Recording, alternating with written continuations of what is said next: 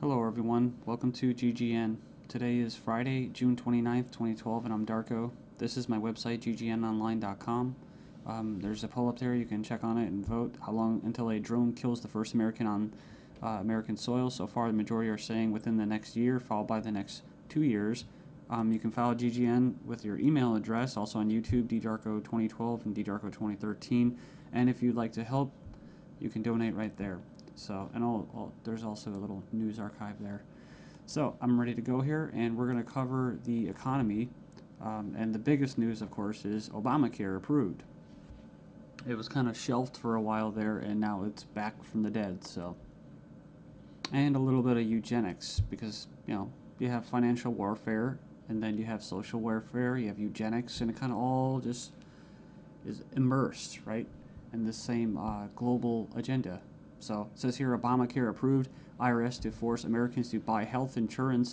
It says it's a victory for Obama and a travesty for the middle class. The Supreme Court upheld Obama's health care mandate, empowers the IRS to begin to regulate America's health care by 2014. Expect IRS thugs armed with shotguns knocking at your door to fine you almost $700 a person or $2,000 per household for failure to purchase health insurance.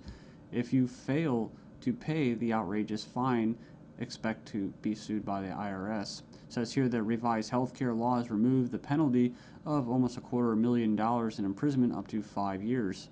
It says here this ruling allows the federal government to force citizens to enter a contract with private corporations to buy health insurance. This is happening just days before the 4th of July, when Americans won its independence from British tyranny, and now we face the same tyranny today. It says here by 2014, all Americans will have to submit or face being fined and sued by the Internal Revenue Service.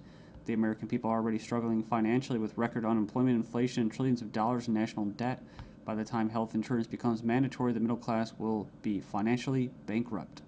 This is the reason why the military and police are preparing for martial law in the U.S. streets, says because people will revolt against the system that has basically turned people into financial slaves.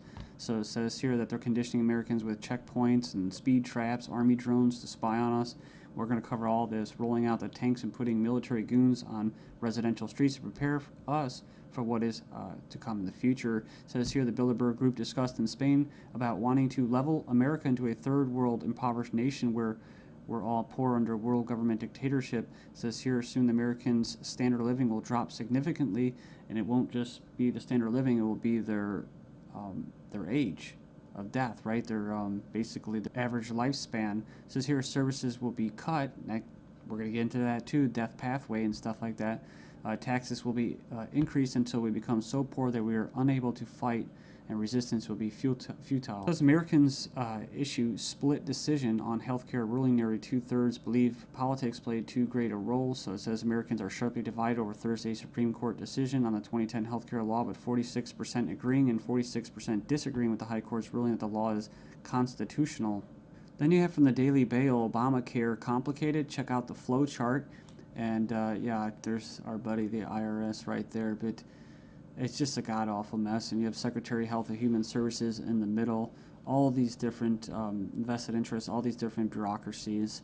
And the biggest invested interest that helped write the bill was the insurance companies. And they're the ones that are going to basically, how could you say, not profit. Well, they will profit, but they're going to get the best advantage from this, right? And if you would like an anarchist perspective on the whole Obamacare thing, I think Stefan Molyneux did a pretty good analysis of this. I think he held back a lot. I think he's gone over it and made his point so many times, his argument, that he was actually kind of just laid back about it. So it's kind of nice. It's 18 minutes, not too long. The truth about Obamacare, yes, it's even worse than you think. And right here in the description, he puts in there the 6 facts that he presents in his argument. So fact 1, there is no law in the U.S. anymore.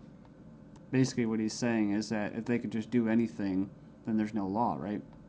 And it's tricky because, in quote, in a stateless society, there would be what? No law. Well, there would still be common law. See, this isn't common law. This is political law. That's why you have pigs, political law enforcement, and the like that are going to be enforcing this, federal agents and that. So in other words, what he's saying is that you might as well just have no government, because right here you have a dictatorship with, quote, laws, right? They have laws that basically write in a dictatorship. So we have here Obamacare is an admission that all previous government health care programs have failed. So, and this is true. I remember the recording, about Nixon and stuff like that, getting people on Medicaid. It doesn't really matter whether it's good or not. And in fact, costs have already doubled from initial estimates, and that's usually how it works. As soon as this gets closer to fruition, oh yeah, some hidden costs. Sorry, guys. Fact 4, 70% plus of healthcare issues result from individual choice. So the thing about it, he's talking about smoking, drinking, eating basically a lot of bad food and stuff like that. You can actually help. But a lot of these people that are going to, quote, benefit from this are not going to be doing anything to help their own health, right? So it says here the inability to discriminate on pre-existing conditions is an essential driver of healthcare cost.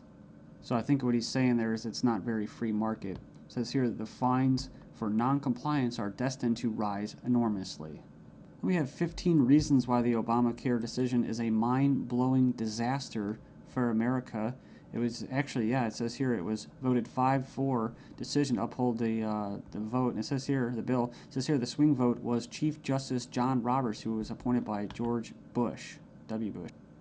And not that you'd have any confidence in the judicial system as it stands, just based off past history and their track record. It says here, after the vote today, it is hard to have any faith in the U.S. Supreme Court. I guess they're saying because it was quote conservative.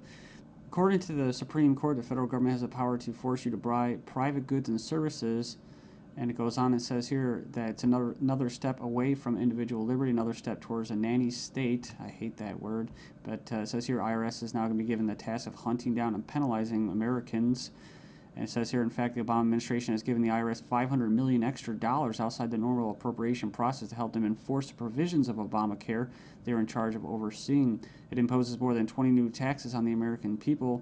And you can click the link there. If you click the title of this article, you can find it and check it out. So it says here, number 5, an attempt to control costs and promote efficiency.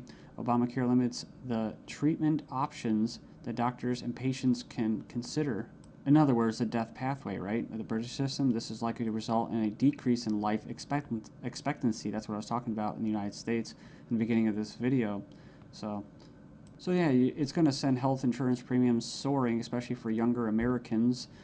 And, it's going to crush small businesses, as they say. And number 9, Obamacare is going to make the emerging doctor shortage in America a lot worse. So hundreds of thousands of doctors are leaving the medical profession because of this. It says here it's already forced the cancellation of dozens of doctor-owned hospitals. And it says here that the following is one example from the Alliance Defense Fund. It's an insidious little provision. It says here, did you know that this bill, you'll have to pay for life-saving drugs, but life drugs are free. So 100%